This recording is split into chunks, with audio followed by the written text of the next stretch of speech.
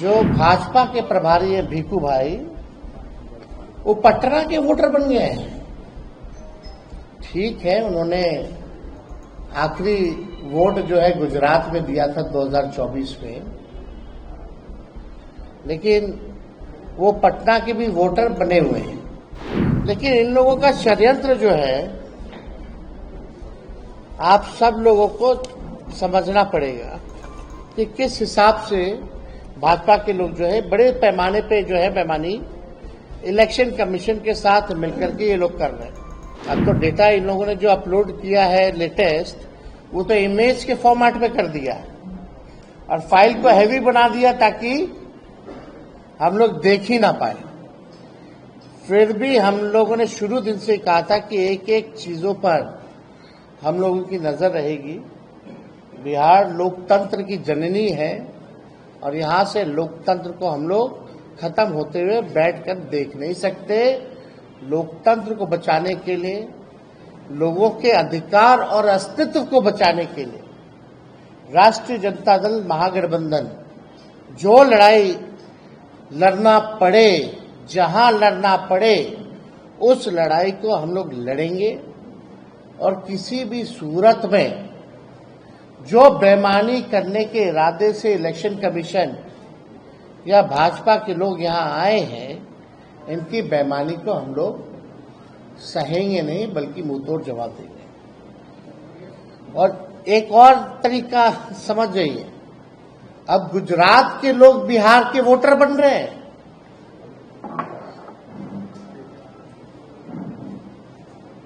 जो भाजपा के प्रभारी है भीखू भाई, वो पटना के वोटर बन गए हैं। ठीक है, उन्होंने आखिरी वोट जो है गुजरात में दिया था 2024 में, लेकिन वो पटना के भी वोटर बने हुए हैं। नाम उन्होंने कटवा लिया गुजरात में, वो ठीक है, लेकिन आप समझिए कि 5 साल हुआ नहीं कि आप जगह बदल बदल के वोट दे रहे हैं।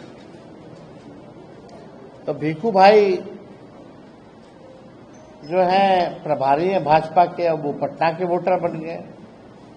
अब पता नहीं पटना बिहार का चुनाव खत्म होगा तो फिर नाम कटवा करके कहां के बन जाएंगे, ये तो वही बता पाएंगे। लेकिन इन लोगों का षड्यंत्र जो है,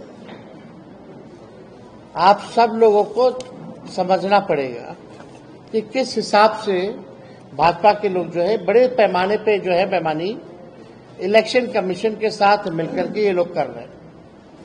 अब जो बीजेपी के नेत्री हैं बहुत बड़ी मुजफ्फरपुर की, जो संभावित प्रत्याशी भी हैं और मेयर हैं मुजफ्फरपुर की, इनके पास 2 ईपीआईसी नंबर हैं।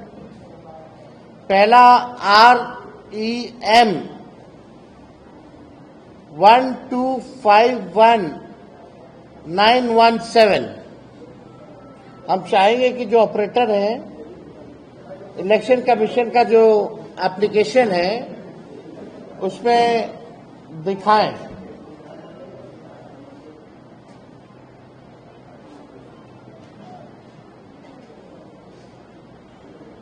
REM वाला पहले करना, उसके बाद GSP वाला करना। इनके एक मतलब विधानसभा में 2 अलग अलग, एक ही विधानसभा में 2 अलग अलग है।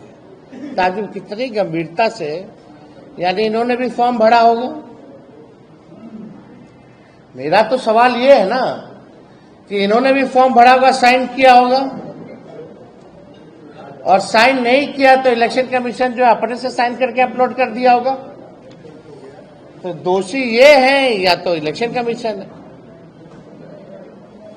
तो पूरी प्रक्रिया देखिए।